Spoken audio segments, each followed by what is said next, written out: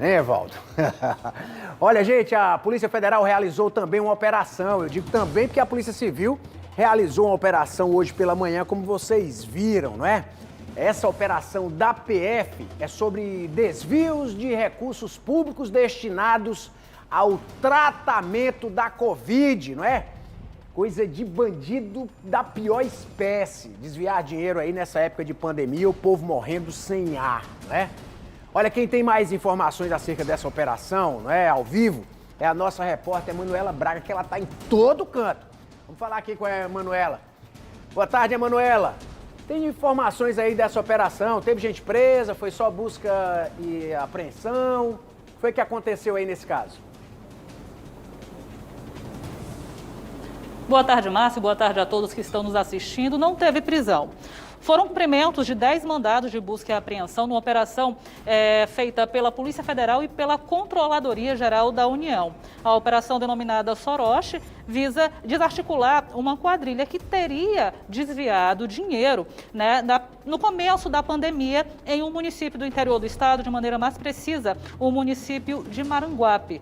Ao todo, a Polícia Federal acredita que possam ter sido desviados pelo menos 3 milhões de reais. Aqui ao meu lado está o delegado Vitor Mesquita, ele que é o delegado da Polícia Federal, da Delegacia de Combate à Corrupção e Crimes Financeiros. Delegado, que tipo de crimes a Polícia Federal encontrou indícios que teriam sido cometidos por essas empresas? Boa tarde. Boa tarde. Bom, quando as informações chegaram à Polícia Federal da CGU, apontavam que algumas empresas estavam recebendo recursos federais para fornecer kits alimentares, material médico hospitalar, e essas empresas não teriam capacidade nem técnica, nem operacional, nem financeira de fornecer o que se propunham. Isso observado, foram feitos levantamentos de campo pela Polícia Federal e detectou que realmente essas empresas não tinham nem mesmo uma sede. E em sistemas foi verificado que elas não tinham nem mesmo empregados, e fornecendo, por exemplo, um contrato na monta de quase R$1 milhão. Observado isso, a gente pediu em juízo as quebras de sigilo bancário, pediu as buscas e apreensões para comprovar ou refutar essas hipóteses. Mas o fato é que foram feitas muitas vendas aos municípios e estes valores dessas vendas são superiores ao normalmente praticado no mercado. E essas empresas aparentam não ser reais, apenas de papel, que se limitam a comprar de outras empresas e repassar aos municípios um superfaturamento, tudo em prejuízo do erário. Olha, para vocês terem aí uma noção do levantamento feito pela Controladoria Geral da União com a investigação da Polícia Federal, em relação a recursos, o grupo empresarial teria vendido 36 mil kits de alimentação escolar 35. Pelos valores de R$ 973 mil. 24 mil cestas básicas que custaram aos cofres públicos R$ 900 mil. Material médico hospitalar, e aí a gente fala de equipamentos, enfim, vários tipos de materiais, insumos, R$1,5 milhão. E em quentinhas, R$ 543 mil. A polícia está apurando todos esses valores, inclusive a Justiça Federal, ela autorizou o bloqueio das contas das pessoas investigadas. Sim, com as demonstrações que foram feitas pela autoridade policial das provas, dos indícios já colhidos antes mesmo da realização das buscas, o próprio juiz já concedeu o bloqueio dessas contas, considerando a veracidade dos indícios que já foram levantados. Delegado, o que foi apreendido hoje pela manhã nesses locais? A busca era bem específica. Nós visávamos apreender documentos que não fossem dados oficiais. Dados oficiais a gente consegue através das diligências nos órgãos. Seriam documentos, conversas, agendas, telefones celulares que pudessem relacionar as empresas, as pessoas físicas e as pessoas jurídicas investigadas para saber se havia um conluio tanto entre eles quanto com possíveis servidores públicos. Agora, um detalhe que chama a atenção, aliás, o senhor falando agora em servidores públicos, os mandados de busca e apreensão foram para empresas. Existem servidores públicos sendo investigados ou ainda não? No momento, no escopo dessa investigação, nós estamos abordando o grupo empresarial e os benefícios recebidos pelo grupo empresarial.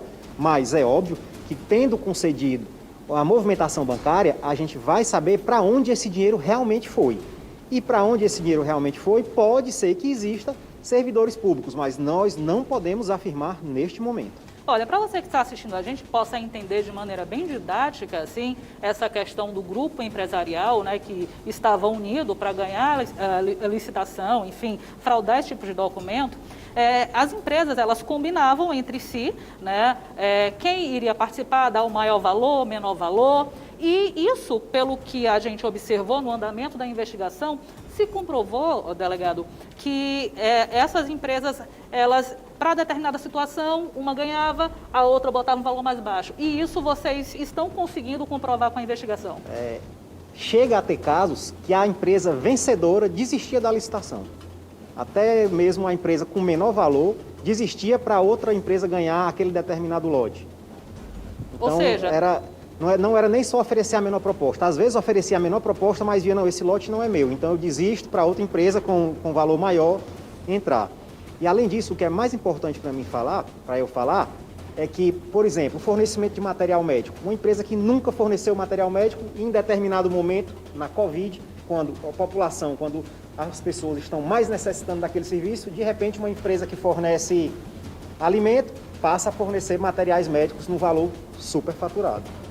E um detalhe que chama a atenção, durante a entrevista coletiva, que terminou agora há pouco, o superintendente da Controladoria Geral da União, ele relatou para a gente que operações como essas podem virar situação corriqueira daqui para frente, porque várias discrepâncias como essas no combate à Covid-19 em relação a municípios, a preço, a superfaturamento, têm sido constatados, ou seja, vocês estão de olho em todos os contratos, né, que estão sendo firmados para saber aonde realmente foi parar o dinheiro público. Sim, em momentos emergenciais, onde há a possibilidade de aplicação emergencial de verba, algumas facilidades para esse tipo de procedimento errado acontecem, como a ausência de licitação. Basta um levantamento de preço para o município poder comprar no âmbito da Covid-19.